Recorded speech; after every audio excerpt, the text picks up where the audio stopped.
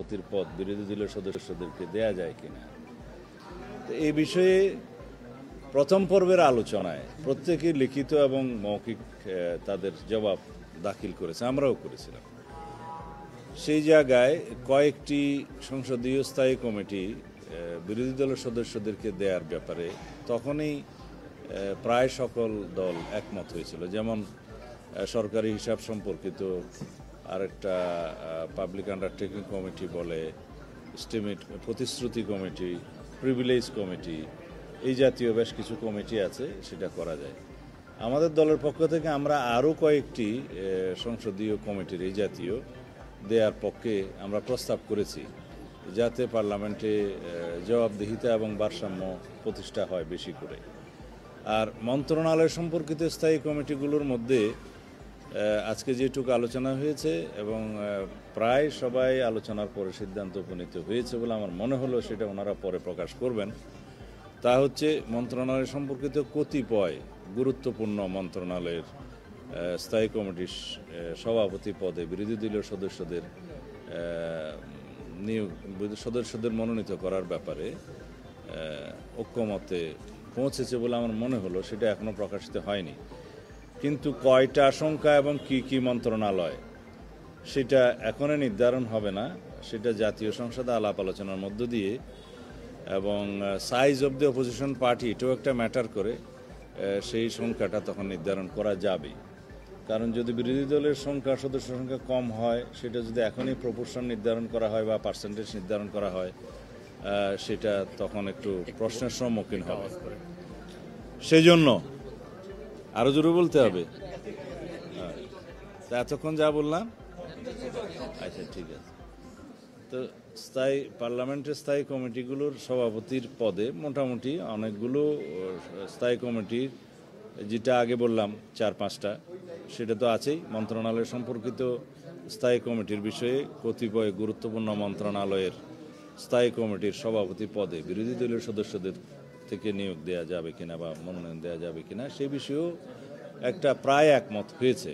কিন্তু কতটা, কোন মন্ত্রণালয় বা পার্সেন্টেজ কত, এগুলো কোনো নির্ধারণ করা সম্ভব হয়নি। সেটা উচিত হবে না।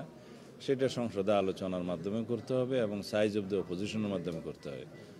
এগুলো সাধারণত ট্রেজারি বেঞ্চের এত এবং অপোজিশনের এত, এইভাবেই নির্ধারণ হয়ে থাকে।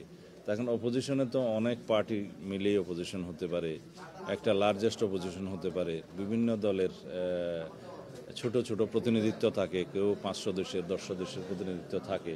তো তাদের মধ্য থেকেও তো বিবেচনা করতে হবে। শুধুমাত্র লার্জেস্ট অপোজিশন পার্টি থেকেই সব সভাপতি মনোনয়ন দেওয়া, এটাও অনুচিত হবে। সেই জন্য সেই বিষয়টা পার্লামেন্টে আলোচনার মধ্য দিয়ে নির্ধারণ হওয়ার বিষয়ে মোটামুটি আলোচনা হয়েছে।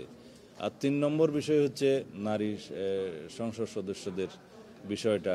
সংরক্ষিত আসনে এখন যেভাবে আছে, বাংলাদেশের সংবিধানের আর্টিকেল 65(3) অনুসারে প্রবাবলি যে নারীদের সংরক্ষিত আসনের বিষয়টি উল্লেখ থাকে।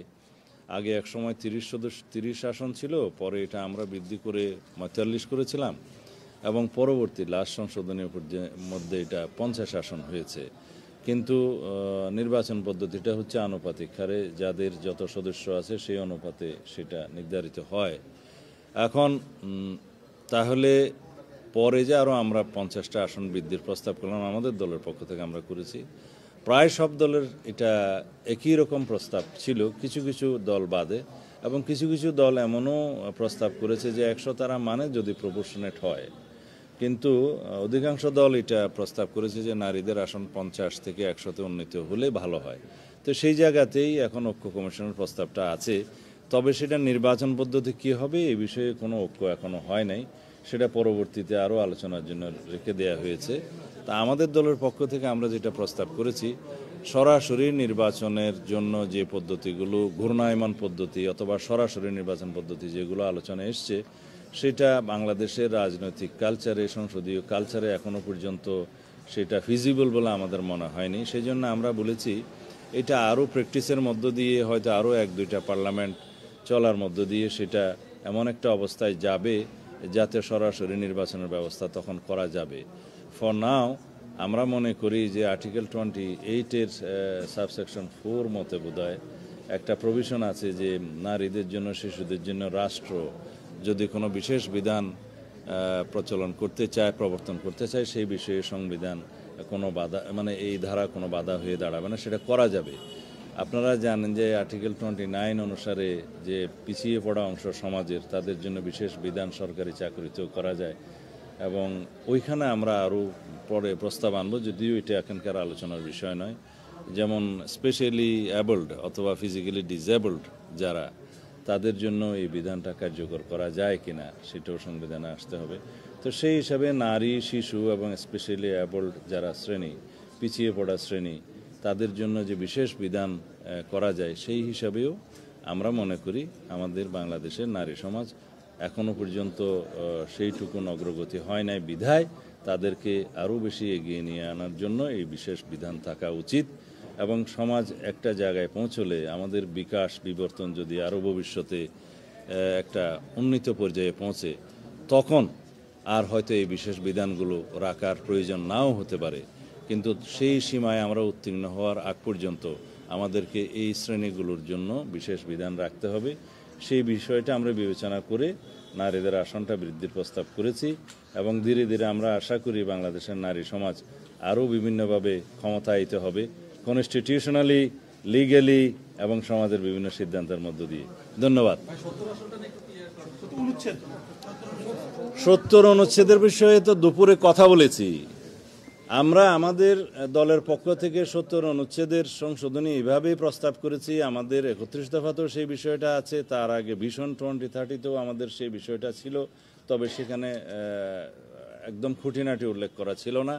আমরা 31 দফার ভিত্তিতে এখন সংস্কার কমিশনে, সংবিধান সংস্কার কমিশনে যে রিপোর্টটা আমরা জমা দিয়েছিলাম, এবং পরবর্তীতে সেই কম্পাইল্ড রিপোর্টের উপর ভিত্তি করে জাতীয় ঐকমত্য কমিশনের সাথে যে আলাপ হয়েছে, সেখানে আমাদের অবস্থান একই আছে। যেমন অর্থ বিল, আস্থাভোট, সংবিধান সংশোধনী সংক্রান্ত এবং জাতীয় নিরাপত্তার প্রশ্ন জড়িত আছে, সেই বিষয়গুলো বাদে অন্য সকল বিষয়ে সংসদ সদস্যগণ স্বাধীনভাবে তাদের মতামত ব্যক্ত করতে পারবেন এবং ভোটাধিকার প্রয়োগ করতে পারবেন, নিজের দলের বিরুদ্ধেও। সেই বিষয়টা আছে। আজকের আলোচনায় মোটামুটি 3টা বিষয়ে প্রায় সব দল একমত, আর কিছু আলোচনা এসছে যে 2টা বিষয়ে একমত। কিন্তু আস্থাভোট, সংবিধান সংশোধনী এবং অর্থ বিল, এই 3টার বিষয়ে মেজরিটি একমত বলে আমার মনে হয়েছে।